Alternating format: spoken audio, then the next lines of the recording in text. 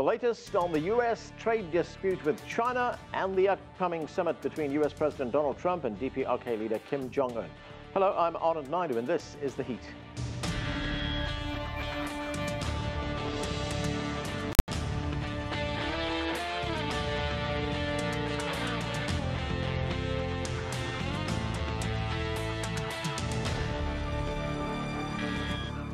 The trade dispute between the United States and China rumbles on with a major deadline approaching and more talk scheduled for Beijing. The White House announced on Friday that a U.S. delegation is heading to Beijing next week for further trade discussions with their Chinese counterparts. This follows recent talks between the sides in Washington. But will anything significant be accomplished before an early March deadline when the U.S. threatens to further increase tariffs on China? And President Trump also announced this week that he will travel to Vietnam at the end of the month for another summit with the DPRK's leader, Kim Jong. Lots to talk about. Let's get to our panel. Joining us from Beijing is Qinduo Xu. He is a senior fellow at the Pangoal Institution. Also joining us from Pennsylvania is Michael Johns. He is a former White House speechwriter for President George H.W. Bush, and he's co-founder of the U.S. National Tea Party movement. Joining us too from Boston is Myung-koo Kang. He is a professor of political science at Baruch College, and he is an expert on Korean political issues. And with us here in the studio is Sourabh Gupta. He is a resident senior fellow at the Institute for China-America Studies. Thank you to all of you for being with us. Let us go to Beijing, to Qinduo Xu. And Qinduo, there have been some positive responses. We've heard positive comments coming out of these talks that have been taking place here in Washington on the trade dispute between China and the United States. And now, of course, the talks will go to Beijing, where they will continue there. Do you think progress is being made? Yes, that's basically, there's a little dispute. Yes, there's progress being made between the last round of negotiation between the two sides. And there is expectation more progress are going to be made by the upcoming round of discussion between the two sides. But of course, the question is like whether that's enough to reach a deal, a comprehensive deal between the two sides. That's a question. Seems like neither side is very confident of that. That's probably also the reason President Trump gave up the planned so-called summit meeting with President Xi Jinping at the end of the meeting, simply for there's not enough time for them to finish a comprehensive deal which touches basically every side of their trade relationship. Yeah, and I'm wondering, Qinduo, will there be a comprehensive deal, or will this be sort of stage one of many talks that are going to take place in the future?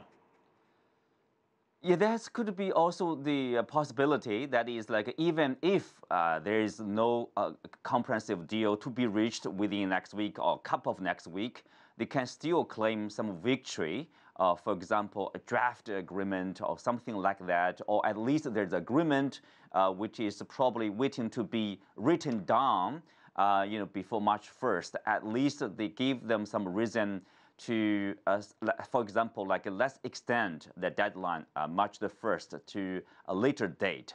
So the trade war will not continue or will not escalate, at least, because both countries needs some, let's say, needs no escalation of such tension. If you look at the U.S. market, their reaction to the announcement of there's no summit meeting between the two leaders, obviously that's very negative. So not only in Chinese economy, but also U.S. market, even globally, that's being affected by the relationship of trade ties between the two countries. Michael Johns, of course, the dispute between the United States and China, the trade dispute, was addressed by the President in his State of the Union speech last Tuesday evening. Let's listen to what President Trump said about that. We recently imposed tariffs on $250 billion of Chinese goods, and now our Treasury is receiving billions and billions of dollars. But I don't blame China for taking advantage of us. I blame our leaders and representatives for allowing this travesty to happen. I have great respect for President Xi, and we are now working on a new trade deal with China. So, Michael Johns, we now have the U.S. Treasury Secretary Steve Mnuchin and the U.S. Trade Representative Robert Lighthizer. They're off to Beijing for more talks in the coming days. Does that encourage you? Yeah, I think it does. There's two things here that I think are encouraging. One is that you had the president in the State of the Union in remarks, I think, right before what you just had there, saying unequivocally that the theft of American jobs and wealth had come to an end. That's really a very strong political commitment, meaning if that should not be the case, he would look politically, I think, vulnerable to that statement in 2020. So I think it's a doubling down of the president's position. The second thing about the trade representative and our Treasury Secretary in Beijing is that's really a nice way to go about this, in the way that we are setting up, I think, a delineation between issues on which there's agreement, issues on which there is disagreement, ultimately in preparation, hopefully, for a meeting between the two heads of state. And in a deal of this magnitude, achievable that President Trump meeting to celebrate and sign such an agreement. It would be an accomplishment for both countries. It would be a campaign promise kept by President Trump, and obviously an agreement between the two largest economies of the world. So every reason to believe that would occur. There also is the opportunity with the deadline looming that I think a couple of things could happen. One is you could see a modest postponement of that deadline to afford a little more time if decent progress is being made, particularly on intellectual property and on tech transfer. And then I think the other thing is you do have the president in Vietnam at the end of the month, and it's not inconceivable that he could potentially be available at that time for a face-to-face meeting with President Xi. So I think you have plenty of room for optimism, and China's been, I think, very accommodating with some very favorable steps of good faith negotiation recently, including with the soybeans. That really raises the prospect for some degree of optimism. All right, so if we look at stock market reaction here in the United States and around the world, in fact, stock markets have been reacting negatively to the uncertainty surrounding these talks. What is your read right now on where things stand? My read right now is that things are on an optimistic track. We should not be thinking in terms of a comprehensive deal, simply because a comprehensive deal would need to entail issues, some of which are still there's a significant distance to go. We're talking market access, forced technology transfer, IP licensing, commercial espionage, industrial subsidies. So, I mean, not all of these are amenable to resolution, but the core issues here are market access, which is going very well, as well, and IP licensing and the forced technology transfer issues.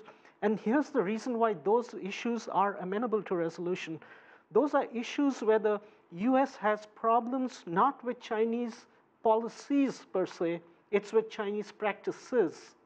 So China is putting out a new foreign investment law, so it's improving those policies, but it is fundamentally about practices and how you enforce the deal.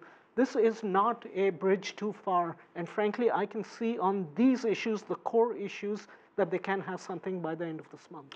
Sourabh, what about the trade imbalance? Of course, that's what started this off. Has that been addressed? It is being addressed, and there are substantial gains coming for the American side. The trade between the two countries is not going to be rebalanced because the amount of the imbalance is very, very large. 2 points out here. The Chinese current account surplus, which used to be 10 years back, almost 10% of GDP of China, is now down to 1%. So China doesn't run a mercantilist system per se in that regard. With America, it's not going to be because the nature of macroeconomic policy, et cetera, but there has been substantial movement on these trade deficit-related issues, and I think the American side don't expect that it's going to be fully rebalanced, but they want significantly greater market access, and they will get that in China, and they will be sufficiently satisfied. All right. Let me go to Myung-koo Kang. Myung-koo Kang, the trade war, of course, is having an impact on other countries around the world. Right. But let's take a look at South Korea. South Korea caught in the middle of this dispute. What impact is it having there? Pretty much negative. As you know, well, South Korea's out of 100% trade volume, China percentage is more than 30%. So China is #1 trading partner to South Korea. So the ongoing trade conflict between the United States and China is definitely a negative impact, South Korea. Qinduo Xu, getting back to what Sourabh said a moment ago about some of the outstanding issues that need to be resolved, Reuters ran a report just a short while ago saying that one of the big issues that the negotiators will be looking at in Beijing when these talks continue will be the intellectual property rights issue. And once they resolve that, they'll be almost there on sealing some kind of a trade deal. What do you make of that? Well, there are different reports and information being released, so-called insider information. At least according to one report that IPR, on that aspect, the negotiation has been going on very well. I think for the Chinese side, there's a stronger incentive for the country to better protect IPR because a lot of patents and also inventions are actually being made by the Chinese side, by the Chinese companies, by the Chinese researchers. So there is a desperate need for better protection of IPR, not only those from the foreign companies or from the US side. So I'm pretty sure that is not a challenge that can be overcome pretty easily. From what I understanding, my understanding is like the transfer of technology probably is, remains a stake point, partly because for the Chinese side, there's no written rule, no regulation, no law that stipulates that, foreign investor, you need to translate your, transfer your technology to the Chinese side, or so-called forced transfer of technology. So it's a bit hard to deal with that. If you look at there's disagreement, there's different understanding. If you look at one internal, actually a survey by a U.S. Business group in China, only 2 to 5% of the company executives said that they have experienced so-called forced transfer of technology. The absolute majority of them, they have no such experience. So I think the two sides have different understanding, and also for the Chinese side is besides the law, already over there, that is make it clear no local government will be allowed to force a foreign company to transfer their technology to the Chinese side. So it makes it very clear. I think that's what the Chinese side is doing, and probably that's what they can do. I think the two sides should reach some understanding on that point, probably. Michael Johnson, we've had tariffs imposed by the United States, counter tariffs imposed by China. U.S. producers and consumers already being hit hard by these tariffs. If the United States increases the tariffs when that deadline hits at the beginning of March, I expect China will respond in some way. And if that continues, at what point, is there a tipping point where domestic support for President Trump will start waning? Well, the president's support is up to 50% after the State of the Union, so it's improved in part on the basis of the overall foreign policy picture, but including China. And I think that the Chinese economy obviously is facing some really dire challenges right now. You have a little bit of deflation in the yuan. You have issues as it relates to corporate debt. You've got an economy that I think has moved increasingly toward the public sector, and the lowest GDP in about 28 years. So the pressure's on China as well. That's important. The pressure's on both countries. I mean, and I do agree also that I don't believe we're in a position where the outcome of this has to be an absolute trade balance. The $375 billion trade deficit with China is a major issue, but that is a symptom of the broader problem of the systematic reforms and policies that need to be reformed, and that if there's balance on equality of opportunity in trade, I think American people will be greatly satisfied. And I think that's largely what the president has committed to from the 2016 campaign until now in his messaging on this very important issue. Sarah, we heard from a White House official a few hours ago from the White House saying that preparations for these talks that are going to take place in Beijing are well underway, and the focus is now going to be on pressing China to make structural reforms. What is the U.S. looking for? When they talk structural reforms, they are talking about technology transfer, state-owned enterprises, industrial subsidies in those areas. Again, within those, there are some which are amenable to resolution, which I said the forced technology transfer issue. Here's how it can be resolved. First of all, as I said, China is on the verge of putting out a new foreign investment law. Part of that foreign investment law has very strong enforcement mechanisms, and it talks about local governments are not allowed to arm twist in any way foreign investors, and they must obey central government rules. Now, here's a suggestion how these things can be made more tighter. This is about practices. How about China place an ombudsperson's desk within the vice premier's office? If there's an issue by an American company which believes it's got shortchanged in terms of its foreign investments in China, go straight out there, go straight to the vice premier's office, get it resolved right out there. So, I mean, there are creative ways around this. Also, by way of liberalizing its foreign investment regime, which is happening right now, many of those equity joint venture requirements, which has been the avenue for this technology transfer issue, they get liberalized. You don't have those foreign equity ventures. So all of a sudden, the technology transfer issue is not as difficult as it seems. But on issues like industrial subsidies, state-owned enterprises, they engage a much wider membership of countries. A lot of countries have state-owned enterprises. There are international disciplines on industrial subsidies. This cannot just be done bilaterally. It will have to be done in a broader context. Yep. And so that's why some are amenable, some of these structural issues, and some are difficult to do right away within this conversation only. Okay. Qinduo Xu, President Trump just talked about possibly meeting the Chinese President Xi Jinping before this agreement is signed, basically to, I guess, finalize the agreement. What is the likelihood of that happening in the short term?